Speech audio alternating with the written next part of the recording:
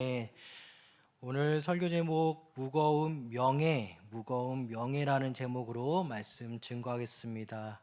우리 사랑하는 성도님들 항상 강건하십시오. 네, 항상 행복하십시오. 오늘 본문 열왕기상 12장은 분명히 보여주고 있습니다. 다윗 왕과 솔로몬 왕을 지난 시점에서 이스라엘이 남북으로 나뉜 이유를 분명히 보여주고 있습니다. 북쪽 사람들이 찾아옵니다. 르호보암 왕에게 찾아옵니다. 르호보암 왕은 사울 왕으로부터 선친 솔로몬 왕에 이어서 통일 이스라엘 제4대 왕으로 알고 있습니다. 북쪽 사람들이 이제 막 왕이 된 르호보암 왕에게 찾아온 이유 간단합니다. 방금 전에 같이 합독한 본문 4절 보니까 왕의 아버지가 우리의 멍에를 무겁게 하였으나 왕은 이제 왕의 아버지가 우리에게 지킨 고역과 매운 무거운 멍에를 가볍게 하소서 그리하시면 우리가 왕을 섬기겠나이다.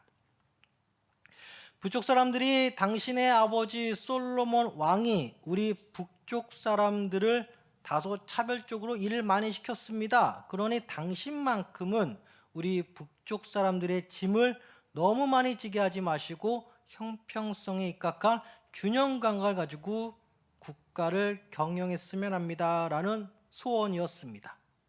이에 르호보암 왕은 즉답을 피하고 3일 뒤에 다시 만나자고 합니다. 이렇게 말한 르호보암 왕, 선친 솔로몬 왕과 함께한 내각 원로들에게 이러한 사실을 가지고 의논합니다.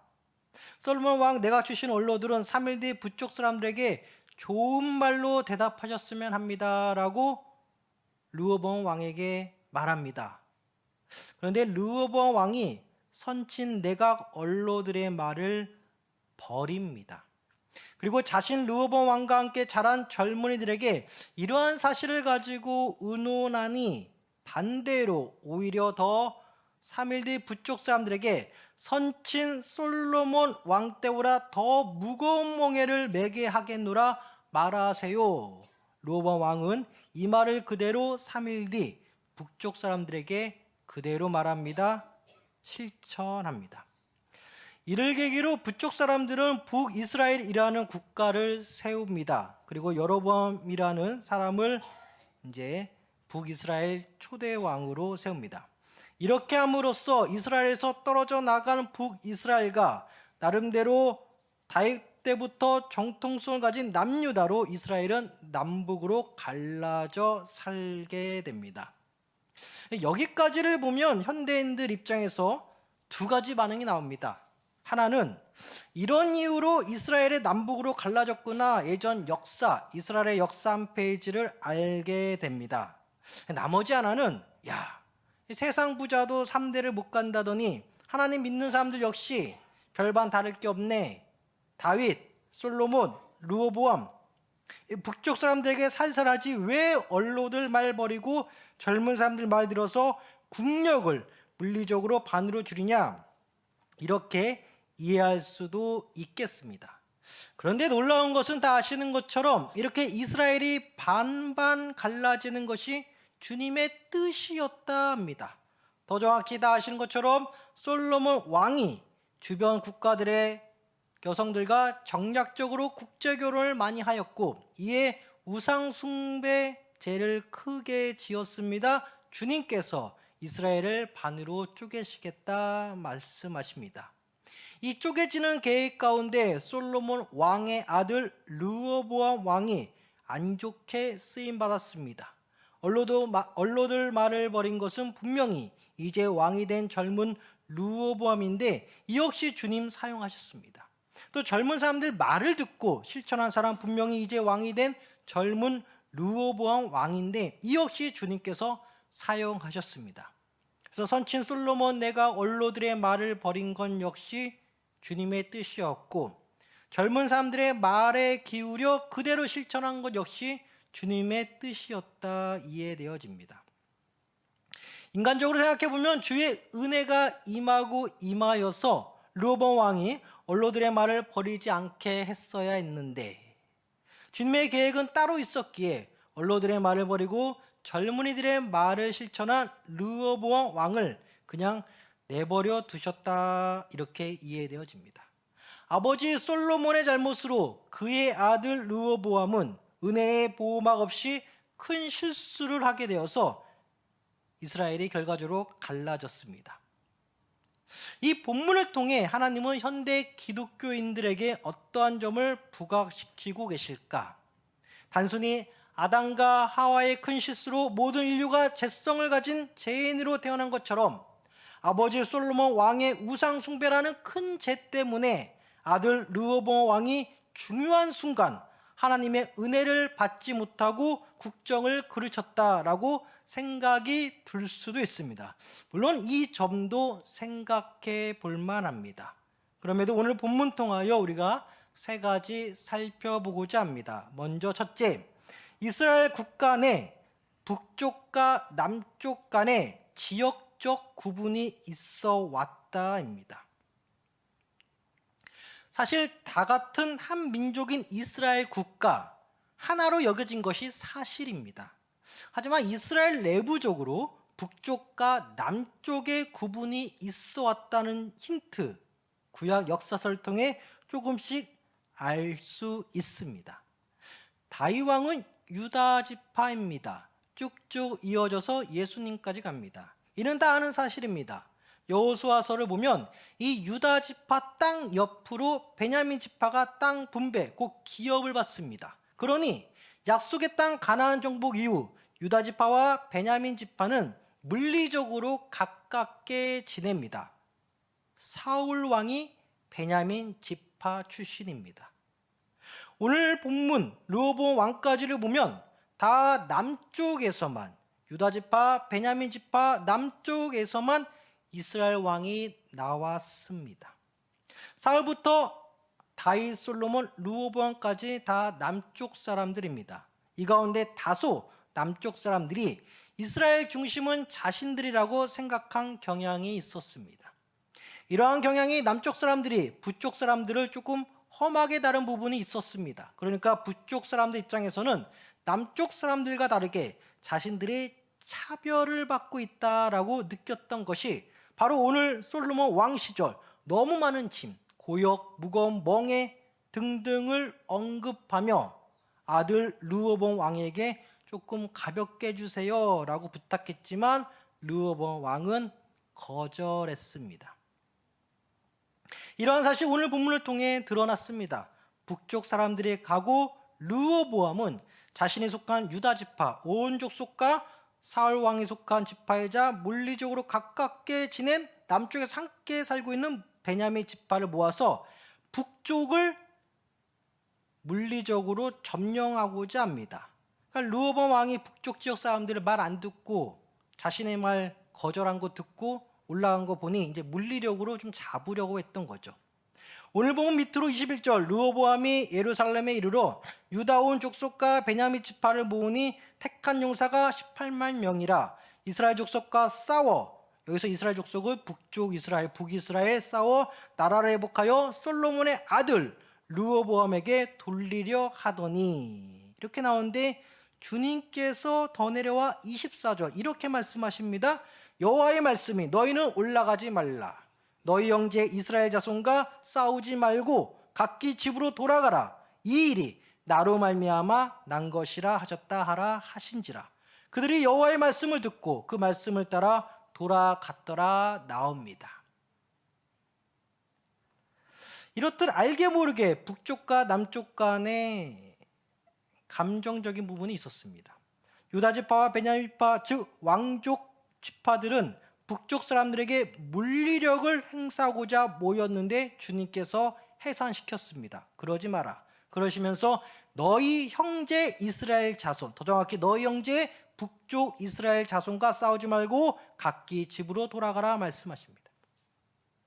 왕족들 입장에선, 남쪽 사람들 입장에선, 북쪽 사람들 더 나아가 나머지 타지파 사람들은 다 노동력으로밖에 보이지 않았던 것이 사실입니다. 더욱이 북쪽 사람들에게 더 그랬다 이해되어집니다.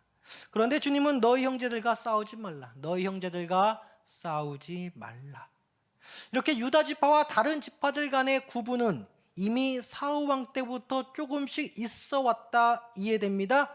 사울 왕이 하루는 암몬을 치기 전에 모인 사람들의 숫자를 셉니다. 이때 처음부터 끝까지 하나의 군대로서 사람의 숫자를 세면 되는데 굳이 유다 지파 몇 명, 나머지 지파 사람들 몇 명 이렇게 숫자를 센 사울 왕을 발견하게 됩니다. 사무엘상 11장 8절 보니까 사울이 베색에서 그들의 수를 세어보니 이스라엘 자손이 30만 명이요 유다 사람이 3만 명이더라. 더 정확히 말하면 유다 지파와 타 지파들 간의 구분이 있어 왔고 때때로 상황에 따라 물리적인 거리가 가까운 베냐민 지파가 유다 지파와 함께하는 모습 오늘 본문에서 확인할 수 있었습니다. 그러니 알게 모르게 하나의 이스라엘이라고 하지만 그들 간의 북쪽과 남쪽 또 남쪽에서는 유다 지파의 왕족 또 타 지파의 구분 그런 게 있었습니다. 이러한 구분이 짓게 된 배경에는 성경이 침묵하고 있지만 구분을 지음으로써 이스라엘 민족에게 미친 영향은 무엇일까라고 했을 때 그래서 둘째, 당연한 것이 아니다입니다. 무거운 멍에라 하면 당시 노동력을 뜻하는 것으로 우린 다 이해되어집니다. 즉 국가의 명령에 따라 노동력을 제공해야 했던 타지파 사람들, 유다 지파가 아닌 타지파 사람들 입장에서 무거운 멍에 노동력입니다. 그러나 멍에를 지어준 사용자, 즉 유다 지파, 더 정확히 이스라엘 정부 입장에서는 이 멍에가 당시 통치 수단이었습니다. 무엇을 건설하고 시켜야 했던 이스라엘 정부 측과 이를 받들어 노동력을 제공해야 했던 이스라엘 사람들은 같은 멍에라는 단어를 서로 다르게 의미를 부여하고 있었습니다. 정부 측 입장에서 멍에는 통치 수단, 백성들 입장에서 멍에는 노동력 제공. 문제는 이렇게 서로 다르게 의미 부여를 하다 보니 서로 간 틈이 생기고 갈라서는 일까지 발생했다라는 것입니다. 삼위일체 하나님은 이러한 인간의 연약성을 아시고 일찍이 이러한 말씀을 주신 것 같습니다. 레위기 18장 26절 그러므로 너희 곧 너희 동족이나 혹은 너희 중에 거류하는 거류민이나 내 규례와 내 법도를 지키고 이런 가증한 일에 하나라도 행하지 말라. 레위기 25장 39절 너와 함께 있는 내 형제가 가난하게 되어 내게 몸이 팔리거든 너는 그를 종으로 부리지 말고. 신명기 15장 12절 내 동족 히브리 남자나 히브리 여자가 내게 팔렸다 하자 만일 6해 동안 너를 섬겼거든 7째 해 너는 그를 놓아 자유롭게 할 것이요. 정부 측에서는 백성들의 노동력을 사용할 수 있습니다. 하지만 어느 정도 선을 지키라는 것입니다. 같은 민족, 출애굽하였고 약속의 땅 가나안 지역을 분배받은 같은 민족입니다. 사람이 연약해서 시키다 보면 더 시키게 됩니다. 순간적으로 멍에의 무게와 강도를 조절하는데 실패하게 된다. 인간의 연약성입니다. 그래서 오늘 본문을 통하여 비록 솔로몬은 죽었지만 주님은 솔로몬 왕의 죄를 후대에 알게 하는 장치로서 오늘 본문 기록으로 남겼습니다. 솔로몬의 죄악 중 하나는 우상 숭배 맞습니다. 또 다른 하나는 동족을 너무 노예처럼 부렸다. 왕으로서 충분히 할 수 있는 통치 수단, 오늘 본문 멍에 인식할 만한도 하지만 너무 무거운 멍에를 지게 하였고 고역이라는 표현까지 썼습니다. 더욱이 당시 이스라엘 지파 간 차별, 지역 간 차별, 왕족과 비왕족 간의 차별 등 오늘날 학연, 지연, 혈연을 조심하자는 말로 이해되어지기도 합니다. 북쪽과 남쪽 간 지파별, 왕족과 비왕족, 오늘날 학연, 지연, 혈연. 그러게 권한과 권리를 사용하는 데 있어서 당연하지만 당연한 것이 아닌 것이 조심해야 된다. 이것이 지극히 성경적인 진리입니다. 당연한 것을 당연하게만 인식한 채 자신도 모르게 오남용하게 된다면 역차별, 분열, 판단 미스 등등의 실수를 할 수 있고, 그런 실수 가운데 은혜로서 잡아줘야 되는 하나님의 은혜가 비껴나갈 수 있습니다. 더욱이 무서운 것은 솔로몬 왕이 이미 죽은 이유지만 주님은 그냥 후대들은 모르게 넘어갈만 해도 될 만한 그 솔로몬 왕의 숨겨진 죄악, 생전의 죄악, 너무 노예처럼 동족을 부린 그 죄를 후대에 와서 기록하고 경고하고 있습니다.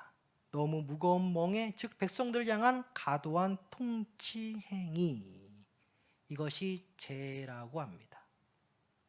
그렇습니다. 일상생활 및 사회생활에서도 당연한 것이 아니게 느끼는 그 인식이 중요할 때가 있습니다.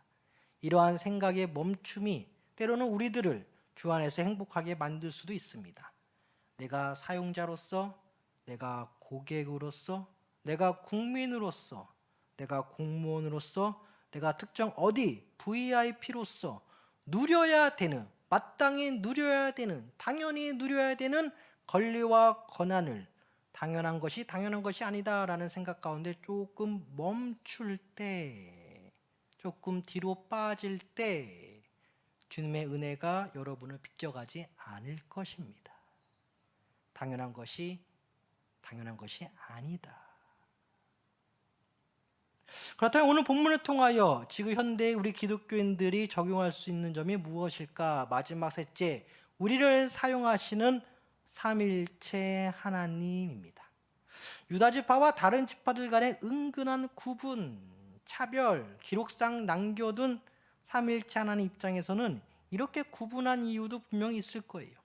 이스라엘이 갈라진 후 각자 겪었던 어두운 역사 우리 다 알고 있습니다. 북이스라엘 따로 국가 세웠으면 잘 살지, 금송아지 말대로 우상 숭배한 북이스라엘입니다.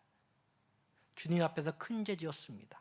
남유다 르호보암 왕, 북쪽으로 떨어진 건 떨어진 거고 남쪽 잘 다스리면 되지, 국내적으로 죄는 제대로 다 지었고, 이때 애굽에서 남유다를 공격하였습니다. 남유다의 모든 보물들 애굽이 다 빼앗아 갔습니다. 심지어 솔로몬 왕 시절 만든 금 방패까지 애굽이 다 빼앗아 갔습니다.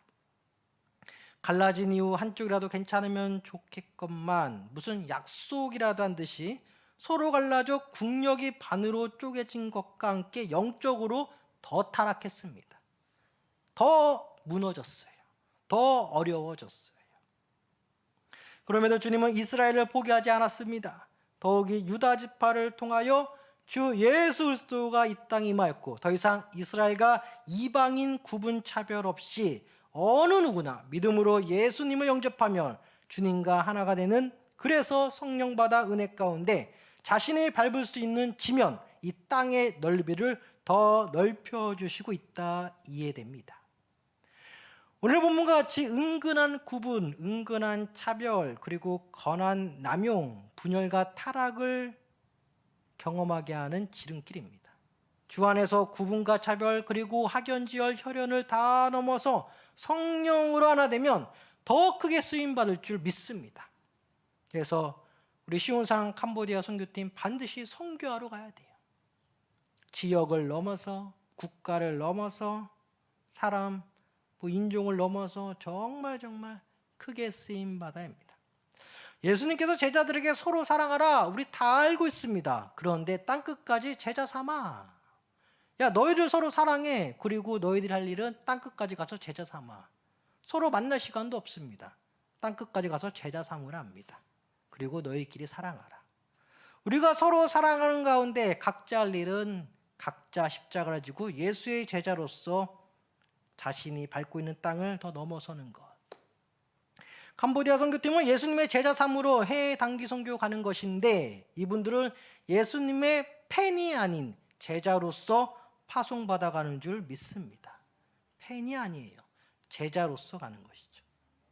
현지에 가서 환경에 적응해야 됩니다. 그래서 음식이 입에 맞지 않을 수도 있기 때문에 재밌는 얘기지만 라면 챙겨갈 수도 있고, 또 마트에서 진열된 민폐된 플라스틱통, 고추장, 참기름, 햇반, 쌀 다 챙겨갈 수 있는 거예요. 그런데 이러한 불편한 멍에는 주 안에서 상급입니다. 우리가 메어야 할 멍에를 알고 정확히 메야 합니다. 자신의 십자가를 정확히 알아야 됩니다. 예수님의 진정한 제자는 자신이 메야 할 멍에와 십자가를 알아봅니다. 아, 저게 내가 메야 될 멍에구나. 내가 메야 될 나만의 십자가구나. 알아봅니다. 알아본 환경과 영안을 주님께서 각자에게 은혜로 주십니다. 진정한 예수님의 제자는 자기 옆에 친한 사람들 다 말 듣고 바로 실천하기보다는 먼저 주님께, 그리고 연장자에게, 경험자에게, 그리고 가까운 사람들과 폭넓게 이해를 구하는 자, 바로 서로 사랑하라 실천하는 예수의 제자, 그리고 판단되고 결단되었으면은 선교하러, 전도하러 땅끝까지 가는 제자, 바로 예수의 제자입니다. 서로 사랑하라. 아유, 말이 너무 쉽으면서도 어려운데 어려울 거 없어요. 내 눈에 보이는 모든 사람들과 나는 다 의논할 수 있다. 이 마음만 열려지면 나는 진정한 예수의 제자로서 한 걸음 발 딛는 거예요. 내 친한 사람들과만 말하고 그러면 르호보암 왕의 실수를 범할 수 있다. 근데 경험자, 연장자, 내 주변의 사람들 다 의논해서 최종 판단 주님께 맡기고 가는 자. 차별을 넘어서 하나가 되어야 됩니다. 구분을 넘어서 하나가 되어야 됩니다. 당연한 권한과 권리에 제동을 걸 줄 아는 예수의 제자가 되어야 됩니다. 다양성 가운데 하나의 십자가로 모여야 됩니다. 다시 한번 강조하지만 분열은 곧 타락입니다. 북이스라엘과 남유다 갈라지고 나서 둘 중에 하나라도 잘 살았으면 좋겠는데 둘 다 망해버렸어요. 분열은 곧 타락입니다. 그 분열을 가져온 것은 바로 권한남용 솔로몬 왕의 숨겨진 제약이었습니다. 그리고 다윗 때부터, 사울 때부터 은근히 온 북쪽과 남쪽의 차별, 왕족과 비왕족의 차별, 유다 지파와 타 지파들 간의 경계, 선민의식이 가득한 이스라엘 백성들 안에서도 또 다른 선민의식이 잘못 작용된 것이죠. 그래서 우리 모두가 이 선민의식, 우리가 주님께 택함받은 것이 확실합니다. 창세전부터 택함받은 것이 확실합니다. 근데 이 땅에서는 누가 먼저 믿었냐보다는 누가 먼저 사랑하냐, 누가 먼저 의논하냐, 누가 먼저 함께하냐, 누가 먼저 분열을 막냐, 그런 자가 천국에서 1등이 될 줄 믿습니다. 먼저 된 자가 나중되고 나중된 자가 먼저 되는 경우도 있다라고 말씀하신 예수의 말씀. 우리 캄보디아 선교팀 너무나 행복해요. 너무 다양해요. 연령대, 성별 다 다양합니다. 그 가운데 하나가 되어지는 것이죠. 같은 예수의 십자가를 지고. 참된 제자는 분열은 타락이라는 것을 정확히 알고 하나가 되기 위해서 노력하는 자. 그 가운데 우리는 내가 할 수 있는 권한 야명을 조금 내려놓고 당연한 것을 당연하게 여기지 않는 그 마음. 또 세상의 무거운 멍에가 아닌, 세상 멍에는 너무나 무겁습니다. 막 분열만 일으켜요. 근데 각자에게 주신 영광의 멍에, 나만의 십자가만을 바라볼 수 있는 영안으로 가득한 성령 충만한 사람들이 모였을 때 바로 하나의 십자가, 예수의 십자가만 보이게 됩니다.